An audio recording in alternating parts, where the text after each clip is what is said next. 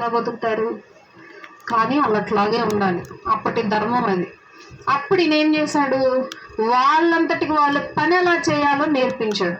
పుట్టింట్లో ఏమి ఉండవు, ఆడపిల్లకి పనులు నేర్పరు, డైరెక్ట్ పెళ్ళిళ్ళు రావటం, పెళ్ళిళ్ళు చేసేయటం, భర్త చనిపోతే నీ దురదృష్టం అని చెప్పి వదిలేయటం. అప్పుడు ఈ స్టెఫెన్ గారు ఏం చేశారనంటే వాళ్ళందరినీ కూడబెట్టి వాళ్ళకి మిషన్ కుట్టడం నేర్పించాడు.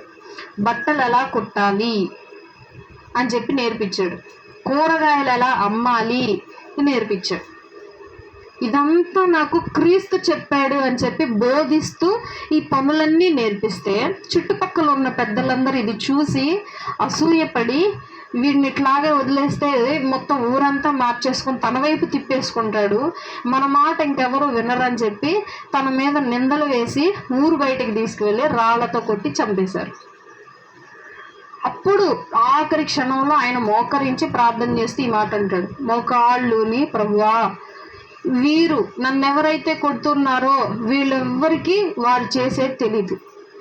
ఒక మనిషి రాయి తీసుకొని కొడితే నొప్పి పుట్టిద్దని తెలీదా ఎదుటోడికి? తెలిసిద్దా తెలీదా?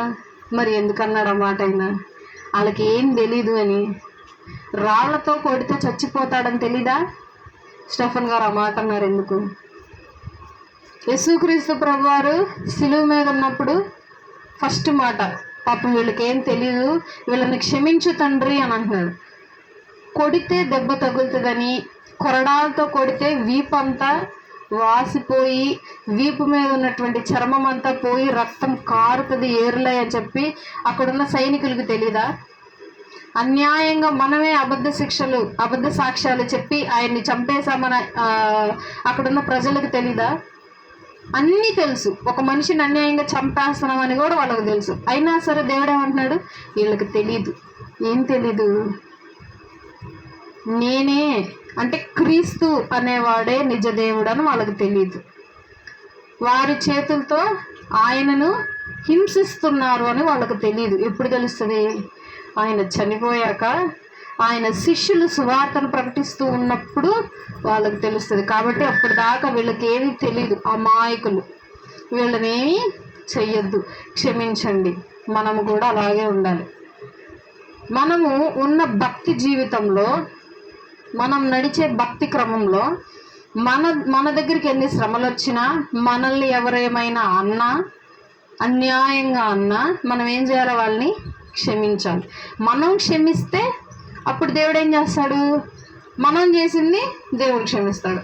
లేదు, నువ్వు చేసింది నేను క్షమించాలి అనంటే నువ్వు ఎదుటి వారిని క్షమించాలి. నువ్వు ఎదుటి వారిని క్షమించకుండా నన్ను క్షమించు దేవుడా అనంటే దేవుడు అంతకంటే గొప్ప శిక్ష మళ్ళీ మనకు తిరిగి తీసుకొస్తాడు. సో మనం ఏం చేయాలి? బ్రతికున్నంత కాలము క్షమించాలి. యేసుక్రీస్తు ప్రభువారు అంటాడు శిష్యులతో, నువ్వు బ్రతికున్నంత కాలము నువ్వు ఎదుటి వారిని క్షమించాలి, నీ ఎడల ఎవరైనా తప్పు చేస్తే. అవునా? ఎన్నిసార్లు క్షమించాలి దేవుడా అని పేతురు గారు అడుగుతారు. ఎన్నిసార్లా అని ఆ లెక్క చెప్తాడు. ఆ లెక్క ఏంటంటే బ్రతికి ఉన్నంత కాలము అని వస్తుంది. ఆ లెక్క మొత్తం వేస్తే బ్రతికున్నంత కాలం నువ్వు క్షమించుకుంటా రావాలంట. పౌలు గారికి ఇప్పుడు ఒక ఊరు వెళ్ళి సువార్త చెప్తున్నాడు, యేసుక్రీస్తు ప్రభువారు ఉన్నారు, సిలువేసి చంపేశారు అన్యాయంగా, ఆయన నమ్ముకోండి, పరలోక రాజ్యానికి వెళ్ళండి. అక్కడున్న పెద్దలందరూ పట్టించి అధికారుల దగ్గరికి తీసుకెళ్ళి పట్టిస్తారు. అధికారులు ఏం చేస్తారు? సరే 40 కొరడా దెబ్బలు కొట్టించండి శిక్ష, ఇదిగో ఇప్పుడు నీకు శిక్ష పడింది, 40 కొరడా దెబ్బలు తింటావు, ఇంకో ఊరికి వెళ్ళి ఇలాంటి మాటలు ఎక్కడా చెప్పకూడదు అని చెప్పి వార్నింగ్ ఇచ్చి పంపేస్తారు. 40 కొరడా దెబ్బలు కొడతారు. కొట్టించుకొని మళ్ళీ ఇంకో ఊరెళ్ళి మళ్ళీ ఇంకో చెప్తాడు. ఇంకో ఊరేళ్ళు ఏం చేశారు? తీసుకెళ్ళిపోయి జైల్లో వేస్తారు. జైల్లో వేసేసి సంకెళ్ళు, చేతికి సంకెళ్ళు, కాళ్ళకి సంకెళ్ళు. అయినా సరే ఏం చేశారు? వాళ్ళు నోరుందిగా ఖాళీగా పాటలు పాడటం మొదలుపెట్టారు, పెద్దగా వాక్యం చెప్పడం మొదలుపెట్టారు. అంటే వారిని ఎవ్వరూ ఆపలేకపోయారు. వారి విశ్వాసం అంత గొప్పది, వారికి ఇచ్చిన జాబ్ అంత గొప్పది. అలాగే మనము కూడా ఏం చేయాలి?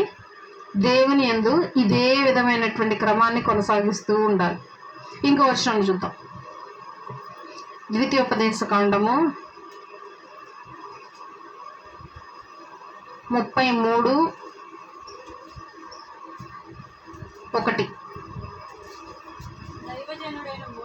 దైవజనుడైన మోషే మృతి నొందక మునుపు అతడు ఇజ్రాయేలీలను దీవించిన విధము ఇది. చాలు. మోషే గారు బ్రతికి ఉన్నప్పుడు చేసిన పనేంటి అని అంటే దీవించాడు ఇజ్రాయేలీలను. మనము కూడా ఏం చేయాలి? ఎదుటివారని దీవించాలి, కానీ శపించకూడదు. బైబిల్లో ఒక మాట ఉంటుంది, తల్లులారా మీ బిడ్డలను చావవలెను అని కోరకుడి. ఏమని ఉంటుంది? తల్లులారా మీ బిడ్డలు చావవలెను అని కోరకుడి. మనం అప్పుడప్పుడు ఏమంటాం? సావు రైటం వెళ్ళి, నాకు ఏంది కర్మ, నాకేంది బాధ అని అంటాం. ఆ మాట రాకూడదంట నోట్లో నుండి. ఎందుకు? నెరవేరుతుంది కాబట్టి. తల్లి నోట నుండి ఆ మాట వస్తే ఇంకేంటి పరిస్థితి? తల్లి కంటే ముందేమైపోతాడు? బిడ్డ చావు చూడాల్సి వచ్చింది. అందుకే దేవుడు నరం లేని నాలుక జాగ్రత్తగా ఉండాలి, నోరు అదుపులో పెట్టుకోండి అని చెప్పి జ్ఞాని అయిన సొలొమోను గారు చెప్తారు ప్రతిసారి. నీ నోరు అదుపులో ఉండవలెను, జాగ్రత్తగా మాట్లాడవలెను అని అంటాడు. కాబట్టి ఇక్కడ మోషే గారు ఏం చేస్తున్నారు? ఆశీర్వదిస్తున్నారు జనాలని. మనం కూడా ఆ విధంగానే మనకెవరైనా కీడు చేస్తే మనం వాళ్ళని ఏం చేయాలి? ఆశీర్వదించాలి. శాపవచనాలు పలకూడదంట. ఒకవేళ ఆశీర్వదిస్తే మనకేంటి లాభం? ఇప్పుడు మనకి బాగా నష్టం జరిగింది, కష్టం పడ్డాం, మనం బాధపడ్డాము, అన్యాయంగా బాధపడ్డాం. మనం వాళ్ళని దీవిస్తే మనకేంటి తర్వాత? దేవుడేమన్నాడు తెలుసా? నువ్వు నీ ఎడలు ఎవరైనా తప్పు చేస్తే నువ్వు వారిని దీవిస్తే వారి తల మీద నిప్పులు కుప్పగా పోసినట్టంట. అంటే అర్థం ఏంటి? దేవుడు పగ తీర్చుకుంటాడు అని. దేవుని యొక్క కోపము వాళ్ళ తల మీద నిప్పులుగా కుప్పగా పడతాయి అంట. కాబట్టి నువ్వేం చేయాలి? ఆశీర్వదించాలి. నీ పని ఆశీర్వదించటం, క్షమించటం, విశ్వాసం ఉండటం. ఇవి మాత్రమే. నీ ఎదుట నీ దగ్గరికి ఎవరైనా వస్తే నేనున్నా. పగ తీర్చుకొనుట నీ వంతు కాదు, పగ తీర్చుకొని వాడను నేను, నాకు చోటు ఇయుడి అని అంటున్నాడు క్రీస్తు. కాబట్టి యేసుక్రీస్తు ప్రభువారు బ్రతికున్నంత కాలం ఇదే చేసుకుంటూ వచ్చాడు. యేసుక్రీస్తు ప్రభువారిని అన్యాయంగా చంపిన వాళ్ళు ఏం చేశాడు? దేవుడు దీవించాడా? శపించాడా? దీవించాడు. వీళ్ళకి ఏం తెలియదు దేవుడా, వీళ్ళని క్షమించు, వీళ్ళని వదిలేసి దీవించాడు. బ్రతుకున్నంత కాలము విశ్వాసంతో ఉన్నాడు, బ్రతుకున్నంత కాలము దేవుడికి ఇష్టడుగా ఉన్నాడు, బ్రతుకున్నంత కాలము భయముతో భక్తితో ఉన్నాడు దేవుడు, బ్రతుకున్నంత కాలము నోటిని అదుపులో పెట్టుకున్నాడు దేవుడు. ఎక్కడ కొంతమంది వచ్చి విసిగిస్తూ ఉండేవాళ్ళు దేవుడిని, యేసుక్రీస్తు ప్రభువారిని. నువ్వు ఇది చెప్పావు కదా, ఇది బైబిల్లో లేదు, నువ్వు అట్లా అన్నావు కదా, అది బైబిల్లో లేదు అని విసిగించేవాళ్ళు. అయినా సరే సైలెంట్గా ప్రశాంతంగా ఉండి సమాధానం చెప్పేవాళ్ళు. ఊరెళ్ళి సువార్త ప్రకటిస్తే రాళ్ళతో కొట్టేసేవాళ్ళు ఊర్లోకి రావద్దని. అయినా సరే ప్రశాంతంగా ఊరి నుండి బయటకు వచ్చేసారు. సిలువ వేసేటప్పుడు అన్యాయంగా ఆయన్ని పిడిగుద్దులు గుద్దుతుంటే, అవమానిస్తూ ఉంటే, ఉమ్మేస్తుంటే అయినా సరే ఆయన సైలెంట్గా ఉన్నాడు. నోరు కూడా తెరవకుండా సైలెంట్గా అంతే ఉన్నాడు. అందుకే ఆయన ప్రేమ గొప్పది. ఆయనలాగా ఈ లోకంలో ఎవ్వరూ ప్రేమించలేరు అని చెప్పి ఆయనకు ప్రేమామయుడు అని పేరు పెట్టారు. ఆయనంత ప్రేమ ఈ లోకంలో ఎవరు మనకు చూపించలేరు. దేవాది దేవుడు కూడా మనల్ని అలా ఉండమంటున్నాడు. దేవాది దేవుడు యేసుక్రీస్తు ప్రభువారు ఏ విధంగా ఉన్నారో మనము కూడా అదే విధంగా ఉండాలి. శాంతంగా ఉండాలి, సమాధానపరచాలి, అందరినీ ప్రేమించాలి, అందరితో కలిసి ఉండాలి, దేవుని యందు విశ్వాసంతో ఉండాలి, దేవుణ్ణి ఎప్పుడు విడిచిపెట్టకుండా దేవునితోనే నడవాలి. అప్పుడు దేవునికి నువ్వు ఇష్టడు అయ్యి నీ మరణాన్ని అంగీకరించి నిన్ను తీసుకెళ్ళి తన పక్కన కూర్చోబెట్టుకుంటాడు. మనము కాళ్ళ కింద ఉండాల్సిన వాళ్ళము, దేవుడు ఏం చేస్తా అంటున్నాడు? పక్కన కూర్చోబెట్టుకుంటా. మనము దాసులము, కానీ దేవుడు ఏమంటున్నాడు? నీవు నా కుమారుడవు, కుమార్తెవు. యేసుక్రీస్తు ప్రభువారికి మనం ఏమవుతాం? దాసులం అవుతాం. తండ్రికి దాసులం అయితే కుమారుడికి కూడా దాసులం అవుతాం. కుమారుడు ఏమంటున్నాడు? నువ్వు నా సహోదరుడివి, నువ్వు నా అక్కవి, నువ్వు నా చెల్లివి అని అంటున్నాడు. తండ్రి ఏమంటున్నాడు? నువ్వు కూడా యేసుక్రీస్తు ప్రభువారిలాగే నా కుమారుడివి, కుమార్తెవి. అంత గొప్ప భాగ్యాన్ని, అంత గొప్ప స్థానాన్ని మనకిచ్చాడు దేవుడు. ఏం చేశామని ఇచ్చాడు? ఏమైనా చేశారా? మీరేమైనా మంచి కార్యాలు ఏమైనా చేశారా? నేనైతే ఏం చేయలేదు. మీరేమైనా మంచి పనులు చేశారా? చేయలేదు. ఏమైనా ఇచ్చి కొనుక్కున్నారా? డబ్బులు ఏమైనా ఇచ్చి? అంత డబ్బు మన దగ్గర లేదు, కొనగలిగేంత లేదు. ఈ భూమి మొత్తం ఆయనకి పాదపీఠం. రాజులకి పాదాల దగ్గర పీట ఉంటుంది తెలుసా, కూర్చున్నాక. అది ఆ పాదపీఠం అంట ఈ భూమి అంతా. ఇంకప్పుడు ఏమి ఇస్తాం డబ్బులు ఆయనకి? ఎంత బంగారం ఇస్తావు, ఎంత వెండి ఇస్తావు? సరిపోతుంది. మరి ఏమి చేస్తే దేవుడు అంత స్థానాన్ని మనకి ఇచ్చాడు అనంటే, ఆయన మనల్ని ప్రేమించాడు. మనమేమీ చేయలేదు, మనమేమి చూపించలేదు ఆయనకి. జస్ట్ ఆయన మనల్ని ప్రేమించాడు కనుకే మనకి ఇంత గొప్ప భాగ్యాన్ని ఇచ్చాడు ఆయన, ఇంత గొప్ప ధన్యతని ఇచ్చాడు ఆయన. ఆయన ఇచ్చిన ఇంత గొప్ప ధన్యతను, భాగ్యమును మనం ఏం చేయాలి? రోజు జ్ఞాపకం చేసుకోవాలి. ప్రతి దినము జ్ఞాపకం చేసుకుంటూ మన బ్రతుకును మనం సరిదిద్దుకోవాలి. మనం ఎటు వెళ్తున్నామో గమనించుకోవాలి, మనం దారి తప్పుతున్నామేమో గమనించుకోవాలి, మనం దేవుని వదిలేస్తున్నామేమో గమనించుకోవాలి. అప్పుడు దేవుడు బలా నమ్మకమైన మంచి దాసుడా అని మనల్ని మెచ్చుకుంటాడు. మన జీవితానికి అర్థం ఉంటుంది, మనం పుట్టినందుకు అర్థం ఉంటుంది. ప్రతి ఒక్కరు అడుగుతారు, నీ పుట్టుకకు అర్థం ఏంటి? ప్రతి మానవుడి పుట్టుకకు అర్థం ఏంటో తెలుసా? దేవుని యందు భయము, భక్తి కలిగి ఉండటమే. అంతే. పెద్ద గొప్ప ఇల్లు కట్టాలి, స్థలాలు కట్టాలి, స్థలాలు కొనాలి, చాలా మందిని పని వాళ్ళగా చేర్చుకోవాలి, ఇవి కాదు. దేవుని యందు భయము, భక్తి, దేవుని యందు విశ్వాసం, ఇవి ఉంటే మన జీవితము సంపూర్ణమైనట్టు, మన జీవితానికి అర్థం ఉన్నట్టు అని చెప్పి బైబిల్ తెలియజేస్తూ ఉంది. ఇప్పుడు మనం ఆలోచిద్దాం, మన జీవితం ఎలా ఉంది? మనం దేవుని మాట వింటున్నామా? దేవుడు చెప్పినట్లుగా చేస్తున్నామా? కనీసం ప్రార్థన చేస్తున్నామా? మనకేదైనా సమస్య వస్తే డైరెక్ట్గా మనం దేవుణ్ణి అడుగుతున్నామా? లేదా ఇరుగు పొరుగు వారికి చెప్పి సర్దుకుంటున్నావా? దేవాది దేవుడికి చెప్తే కార్యం జరుగుతుంది. అందరం తలలోంచి కళ్ళు మూసుకున్నట్లయితే ప్రార్థన చేద్దాం. ఈ మాటల గురించి ప్రార్థన చేద్దాం మనం.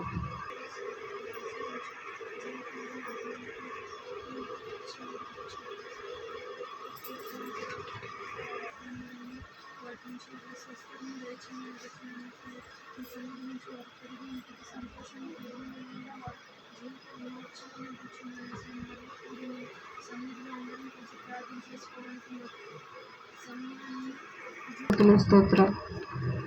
అతన్ని ప్రభువా ఈరోజు జరిగిన కార్యక్రమంలో తోడుగా ఉన్నారు, నేను స్తుతించే క్రమంలో తోడుగా ఉన్నారు. కృతజ్ఞతలు అయ్యా నా ప్రభువా, మీరు మాకు అనుగ్రహించినటువంటి అమూల్యమైన మాటలను బట్టి మీ కృతజ్ఞతలు నా తండ్రి.